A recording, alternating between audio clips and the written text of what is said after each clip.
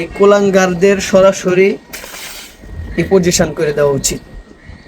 আমাদের বাংলাদেশে এই মানুষটারে চিনে না এমন কোনো ব্যক্তি নাই। তবে এই মানুষটার নিয়ে আমি কয়েকটা কথা বলবো, যে একজন মানুষের সাথে এরকম ব্যবহার করতে পারে, এটা আমার জীবনে প্রথম দেখা, বুঝছেন? এটা আমার জীবনে আর কোনোদিন কখনো দেখি না, কারণ আমি একটা গ্রামের সহজ সরল পোলা। মানুষ মানুষের সাথে এরকম আচরণ করে একজন মানুষ।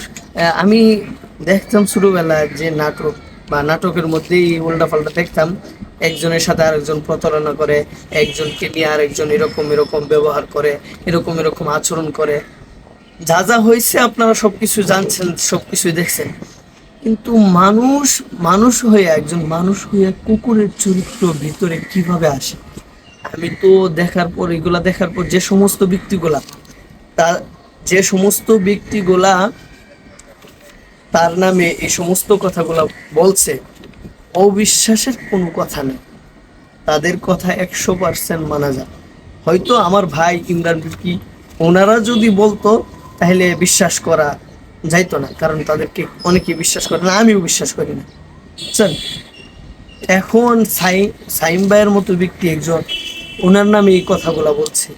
আরেকজন ব্যক্তি হুজুর হুজুর হুজুরের মতোই দেখা যায় দেখতে, ইসলামিক কন্টেন্ট বানান উনি।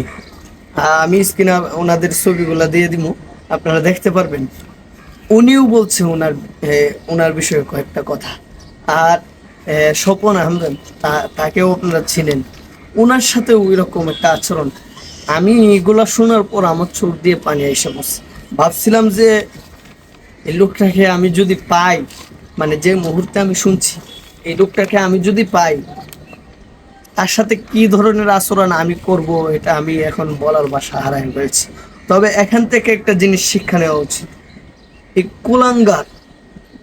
কুলাঙ্গারদের সরাসরি এই পজিশন করে দেওয়া উচিত, তাদের শক্ত বিচার হোক।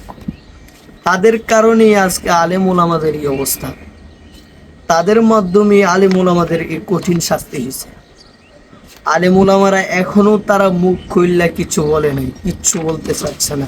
তারা যে জেলখানায়, তাদের অবস্থা, তাদের পরিস্থিতি কি হয়েছে এখনো বলতে পারে না, কারণ তাদের মুখ বন্ধ করে দিছে।